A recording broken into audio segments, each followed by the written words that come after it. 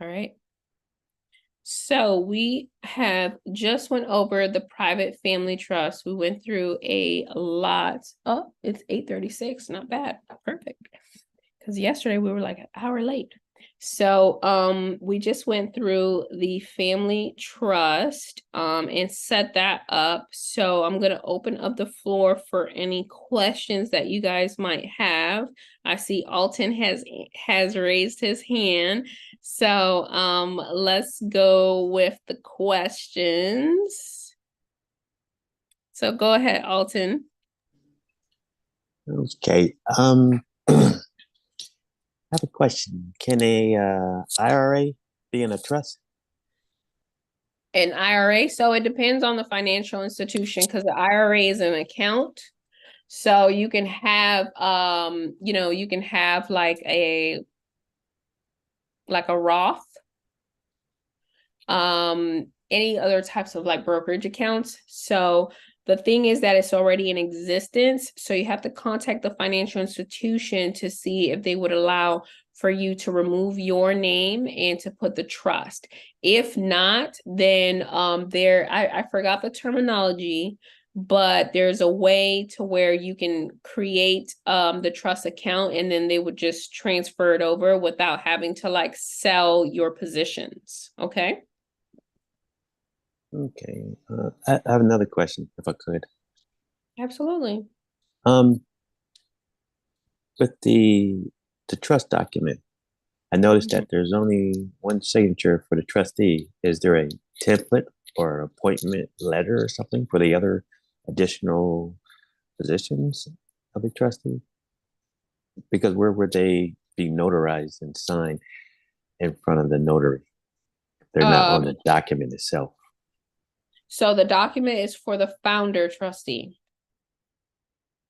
So are you going to appoint co-trustees? You're going to have multiple trustees. Is that what you're saying? Yes. Okay. So you're going to do all of that stuff in your meeting minutes. So you're going to have a board meeting appointing a co-trustee, and then you're going to have a separate like agreement for them to accept their position. And then what you can do is you can add them to your certificate of trust because for the certificate of trust, you want all of the acting trustees. So you're going to just add a line, like copy and paste where it says the line in the trustee and paste a new one for their signatures so that they can have it notarized. So they don't have to notarize the trust, but they do. The most important thing is for them to have the certificate of trust to be able to seamlessly operate it. You're just going to update the trust itself with the additional co-trustee. Is that what I'm following? You don't have to update the trust. What you have to do is appoint them in a board meeting. You have to have a board meeting. You have to appoint them in the board meeting. They have to accept their position and then they can sign. And then that will be added to your records. So it'll be added to the trust because board meetings are a part of the trust. So they're not the indenture, they're a different section, which is, the meetings.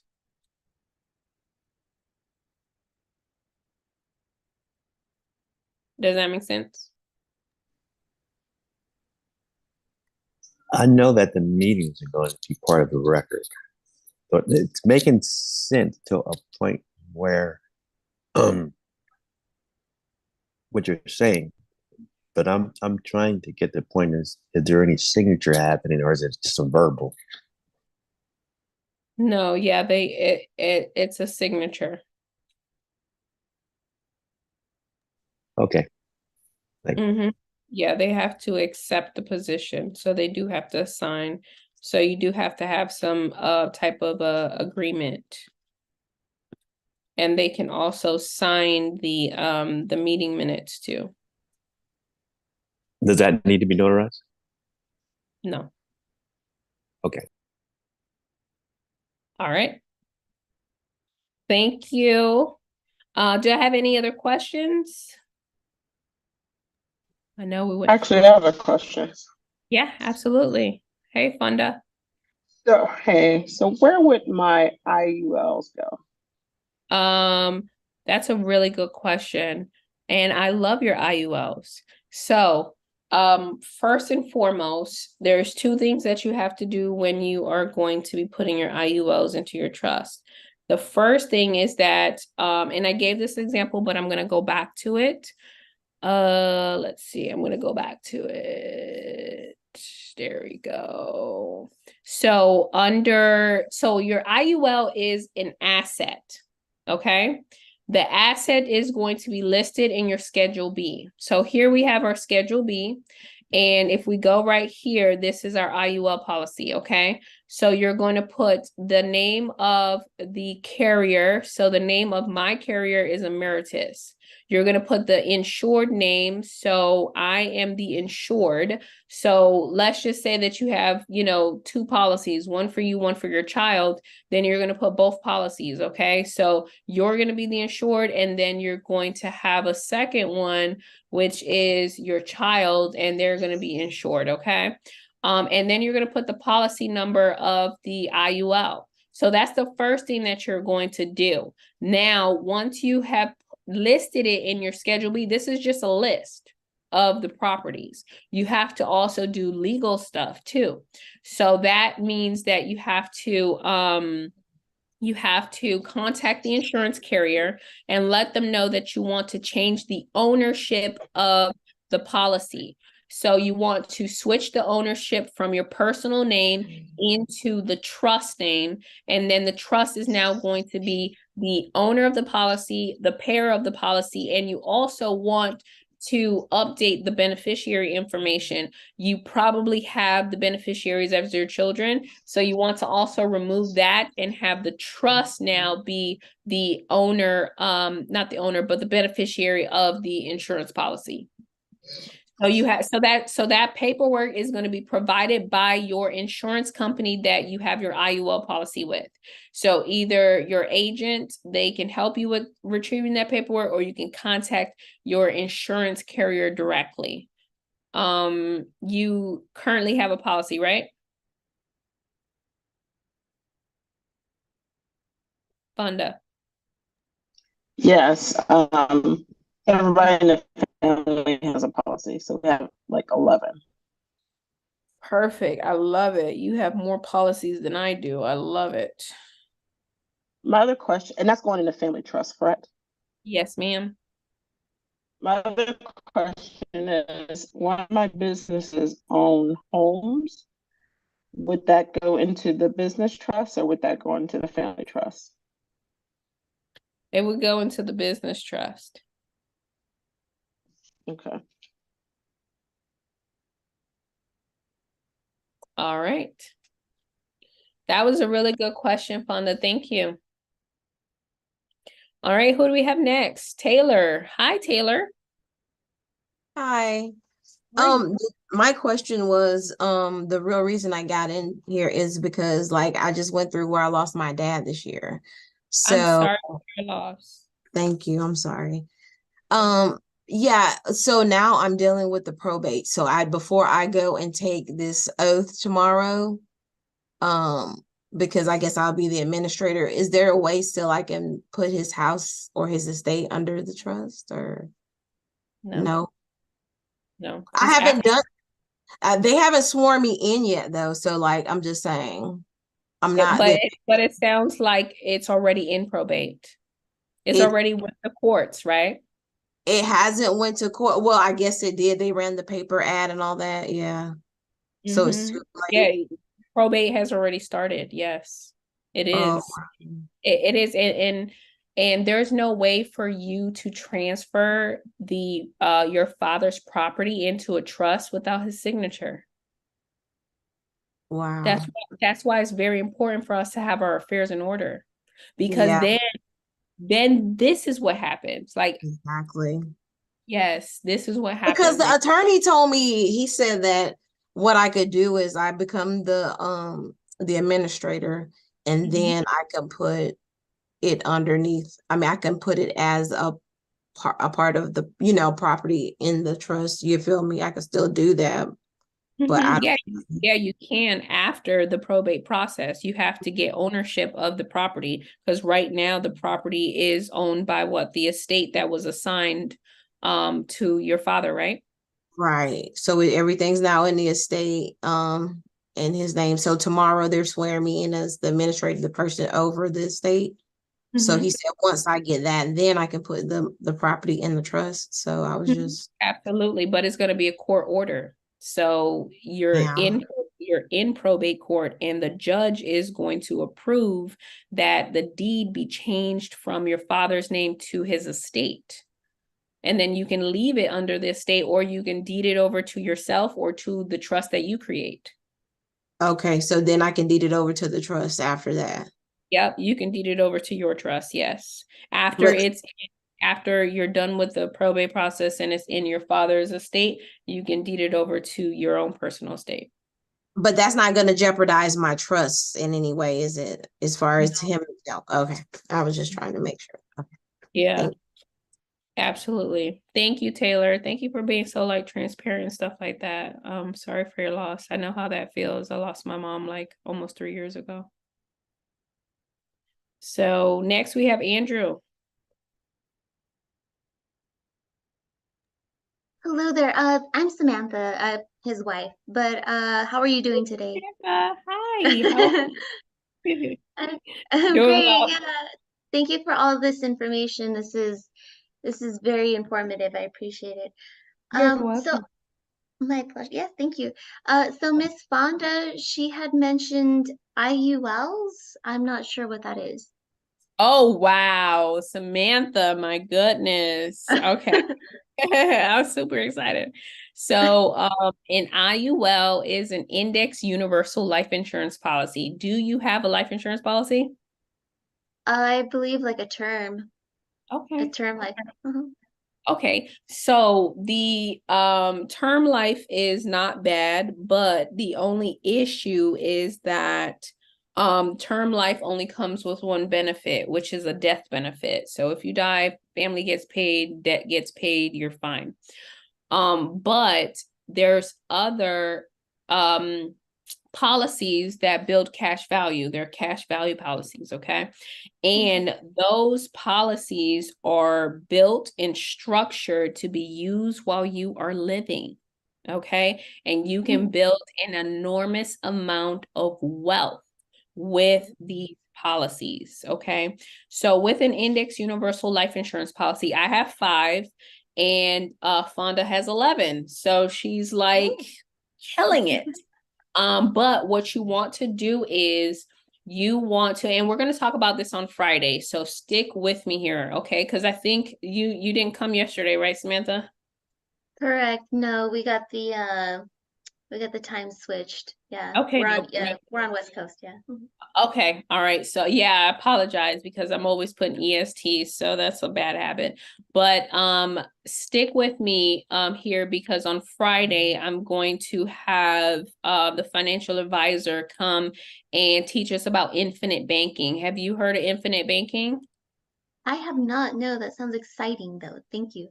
Oh my goodness. I'm telling you, I light up for these things, like light up because it is the easiest way to build wealth, the easiest way. Like, you don't have to do a lot of hard work, like with real estate, that's hard work, right? Yes. Uh, stocks, hard work, right? So with an IUL policy is beautiful.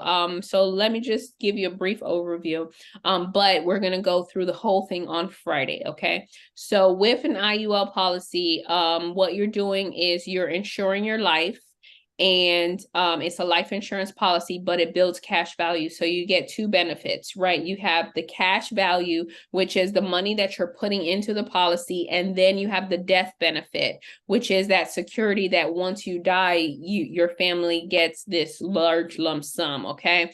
And so what you want to go for is you want to go for high cash value, low death benefit, okay? So it's very important how your IUL policies are structured. And that's why I only only recommend, the people that I work with, that I'm partnered with, okay? Because I know that they structure it the right way for infinite banking. Infinite banking is where you are paying yourself first and becoming your own bank. And so the way we're doing that is, normally what we do is we we get our paycheck, right? And we immediately spend it, right? So when we get our paycheck, the IRS already has done their deduction. And so we get the leftovers, right? The Social Security Administration, the Medicare Administration, they're already done their deductions. Whatever's left over, it goes straight into direct deposit into our checking account, okay? And then from there, we pay all of our bills. We pay the mortgage, the light, the kids' tuition, groceries, gasoline, everything.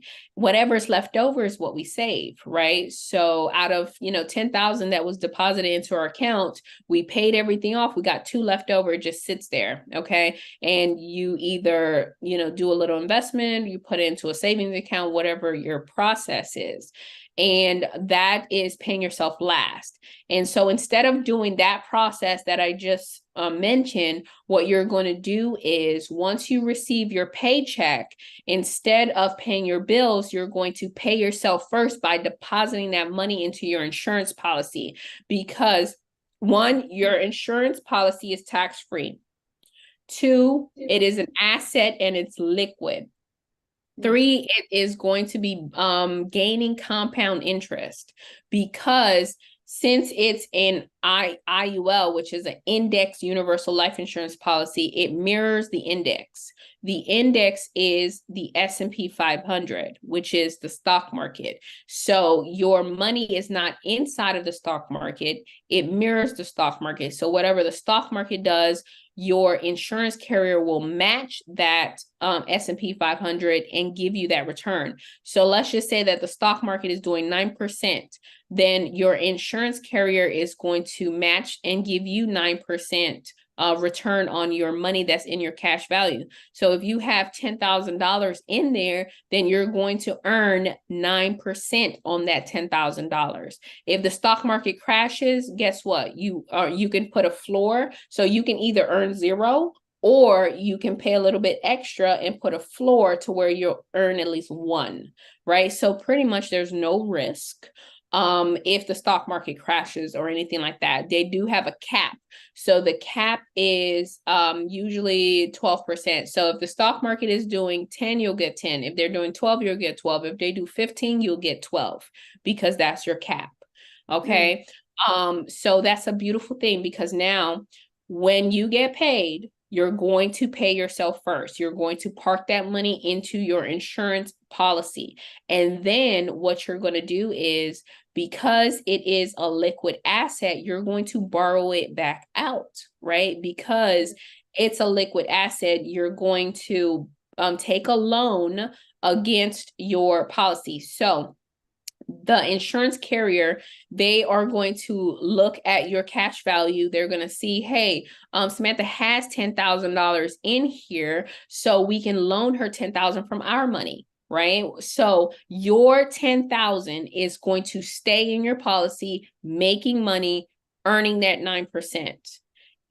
But you need your money to pay your mortgage. So you're going to take out a loan from the insurance company.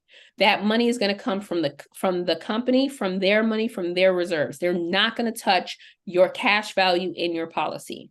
So they're going to literally issue you out a loan for the full amount, for the 10,000, right? Sometimes it might be a little bit less, just depending, but usually it's about 95% of that 100%. So you'll probably get a loan for 9,500 out of the 10,000. Okay.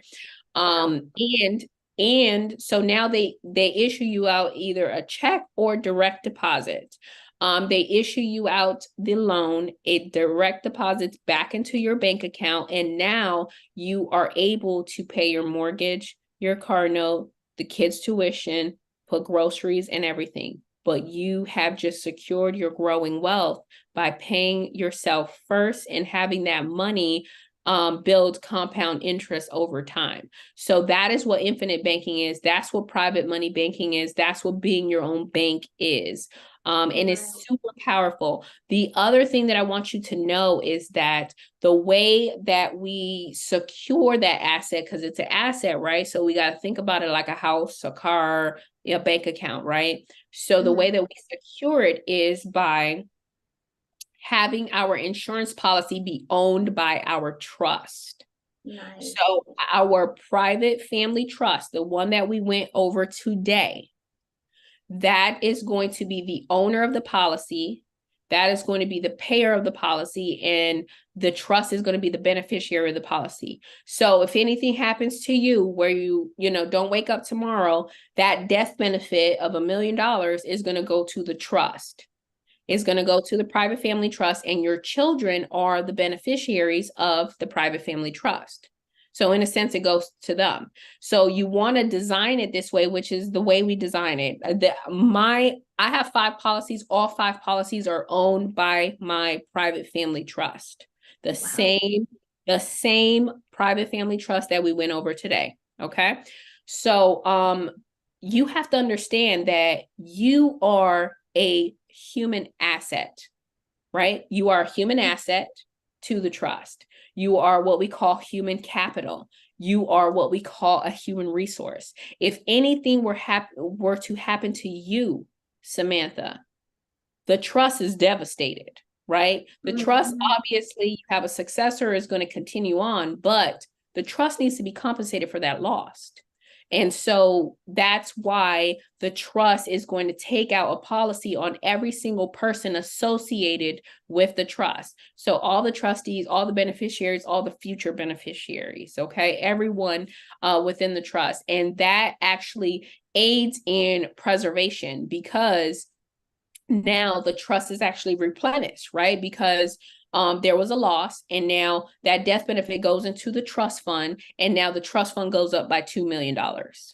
So it's extremely powerful, and that's going to be the first asset in your trust. Okay. So once you execute your trust, so once you get it notarized after today, the first day after our class on Friday, the first thing that you want to do is you want to have the trust do the application for your insurance policy. So with your insurance policy, you don't want to put it initially in your personal name, just because the IRS, they do not play. They want to tax you when you die. There is a death tax.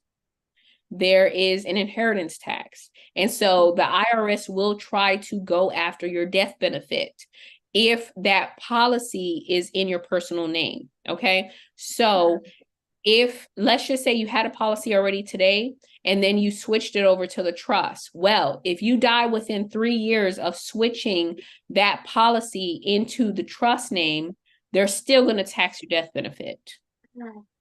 Scandalous. So it's very important that, one, you create the owner first. So you create the trust first, and then you establish the asset second. So you have the trust do the insurance application for you. Okay.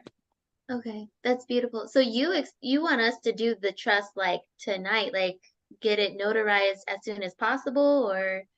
So I mean, whenever you can, but just take action as soon as you can. So I'm hoping that you get it all squared away by this weekend.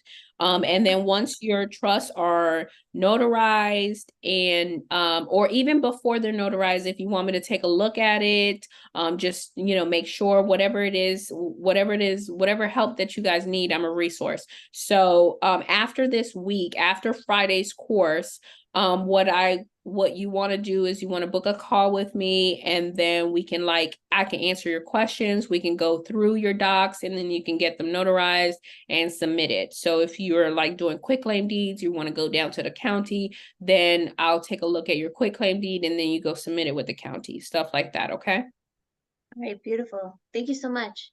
You're welcome, Samantha. Thank you for being here and asking that super important question. Thank you. Thank you. That was You're welcome. Very powerful indeed.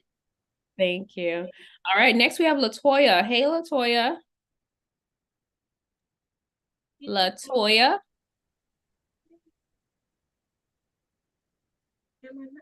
Hello? Latoya, are you there? Can you hear me? Yes, it's super low. That better? I A don't know little why. bit. A little bit. Okay, so you answered one of my questions already, about the UIL policy. It was, do we get the new, because we don't have a UIL policy. So my question was going to be, do we get the policy in our personal names, or do we have the trust apply for the policy? You have You the answered, trust. Okay.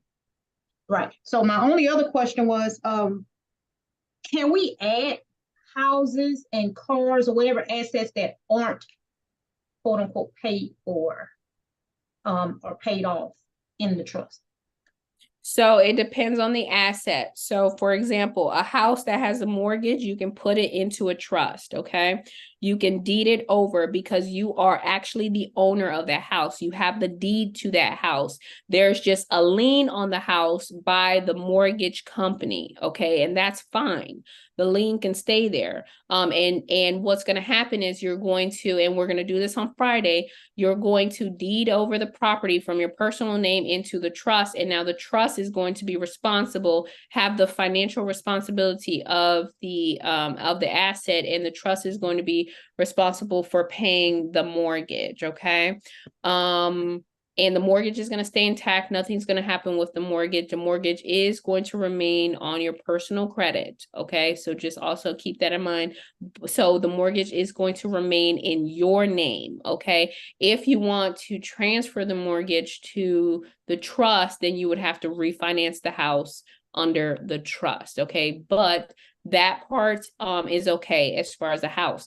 Now, as far as the vehicle, if you have a vehicle and you have a car note, then you have a lien holder. And because you have a lien holder, they actually have the title to your vehicle. You don't have the title to your vehicle. And so because you don't have the title, you cannot switch the title, right? So the title is going to remain in your personal name until it's paid off and the lien holder gives you the title. That's one way. The other way is if you refinance the vehicle, then you can refinance it into the trust and get it, in the trust name. So that's the other way of doing it.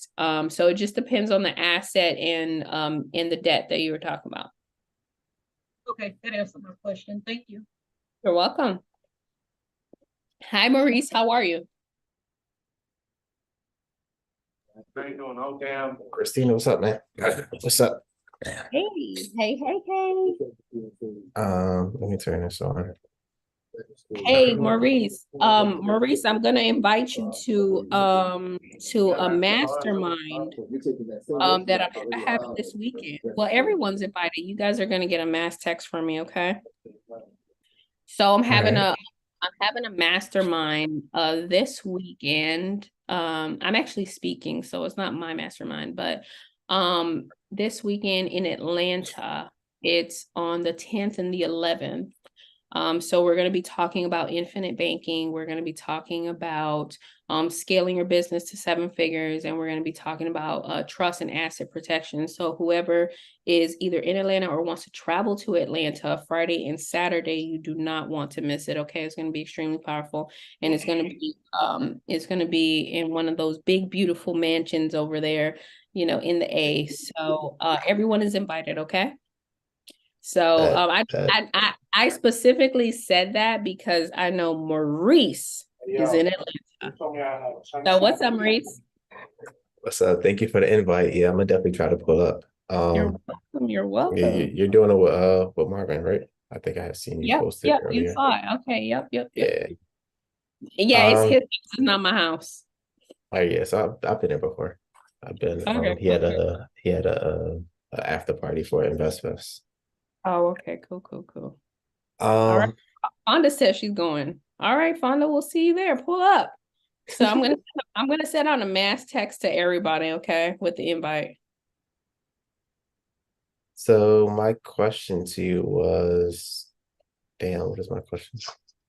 What is the process like for getting insurance policies on the trust itself, and then which trust system should have an insurance policy, or what type of Oh, insurance policy should they have? Oh, okay. So I recommend the IULs just because you get to actually build cash value faster. So that means you get to build wealth faster. So that's the one that I recommend. And you want to have your private family trust be the owner of the policy and take out the policies. Okay. So if you don't have them already, you want the once you're done legalizing the trust that we went through today, that is going to be the trust that you want to use to take out the policies on all of the individuals, the trustees and the beneficiaries. Okay. Yeah, so the beneficiaries of the one I'm setting up we already have IULs. Oh, you do? Okay. Reese, you want me to hit you Yeah, back? so would the trust itself get an additional one on that, or would we not need to know about that and No. just transfer the ones we have into that one? Yep, you're just going to transfer this the one you have. So if you have an IUL and you're good to go and you know that it was structured the right way, then that's perfect. So all you have to do is just contact your insurance carrier to let them know that you want to change the ownership and the beneficiary information. They'll provide you with like 2 to 3, pages of documentation, and you're going to fill out all of the trust information, okay? So Okay. like the new name of the owner, the EIN number, they'll probably have you fill out a W-9, all of that stuff, and then you'll submit it, and then they'll, take some processing time. So usually it's like a week or two, they'll get it processed, and then it'll be switched over to being owned by the trust, and the trust being the beneficiary and payer. Gotcha. And then the business trust, that wouldn't really need one, would it? Or do you advise getting? So it depends. If you want to have multiple policies, yes, but it depends. You have to understand, if you're conducting business with your business trust, it's your holding company or it's your business, you are what we call the key man, right? You're the head honcho. So if anything happens to you, then the business, might not be able to continue to run, or the business is going to suffer a loss because the CEO or the owner expired. So with that being said, it is beneficial for you to have a policy that is owned by the business trust if you are conducting business, like if it's operational and you have employees and stuff like that, you have a business partner, stuff like that, you want to actually take out a policy on you and your business partner. Okay, makes sense. Yep. Thank you. You're welcome. Thank you, Maurice. Who is next?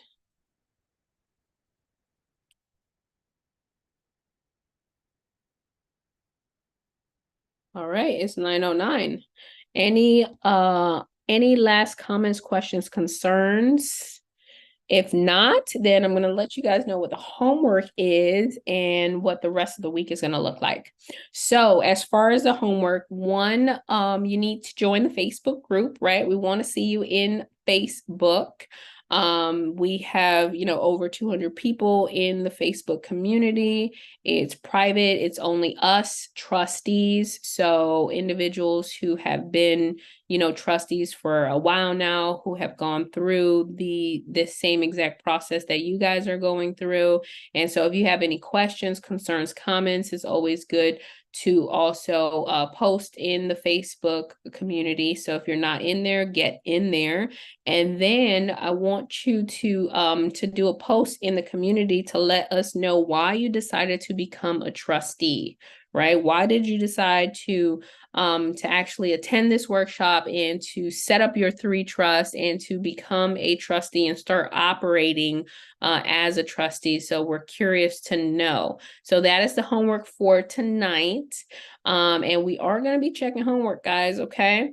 And then, so hopefully you guys have access to Facebook. And then for the rest of the week, tomorrow, we will be setting up our 508c1a faith-based organization ministry trust, okay?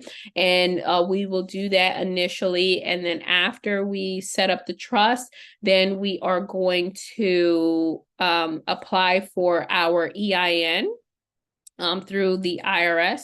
So just make sure that you have your address ready, because once we go through that EIN process, they're going to ask you for your address. So if you need a virtual address, if you need a PO box, have that ready to go, because we're going to need it in real time. And then from there, after that, we're going to become ordained ministers. So we're going to become ordained ministers in 5 minutes with the system that I will show you guys. And a lot of celebrities have gone through this system because they are in the business of reducing their tax liability. Okay, so you're going to go through that same portal to become ordained minister for your 508c1a. And now on Thursday, we are going to be going through understanding and learning trust corporate credit, so that we can establish credit for our business trust, so that we can leverage it, so that we can put it into our assets like our IUL and real estate. Okay, so then we're going to be establishing our initial profile with Dun & Bradstreet, applying for our DUNS number. So if you don't have that address, get the address. And if you you also want to get an email for your trust as well. Okay, so have those things ready to go. And then from there, we're going to have our first board meeting, which is what we had briefly spoke about today.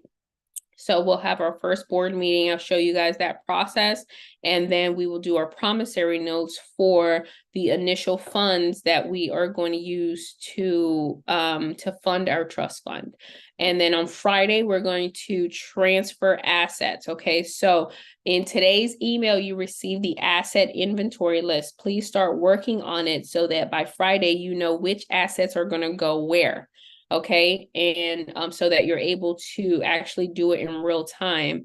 And we're going to go through the quick claim deeds to deed over your house, bill of sales to transfer the title for your vehicle, business purchase agreements to transfer the ownership for your company.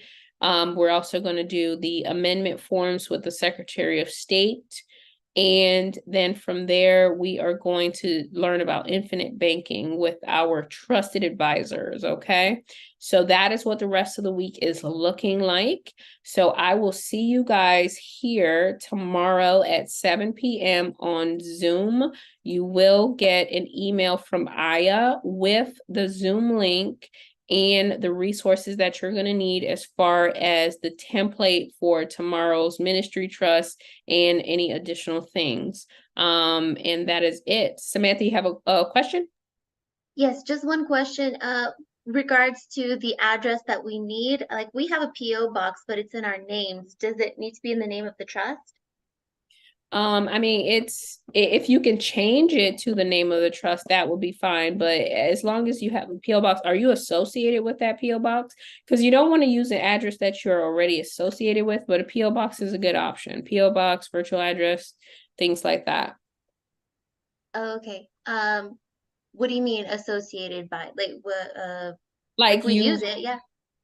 Okay, so you already accept mail under your personal name at that address. Yeah, so get a new one or get a virtual address. Yeah. Okay. Different. If you're able to. So, some people are not able to, but if you are able to, you want the trust to have its own address. Gotcha. Okay, thank you. You're welcome. One quick question.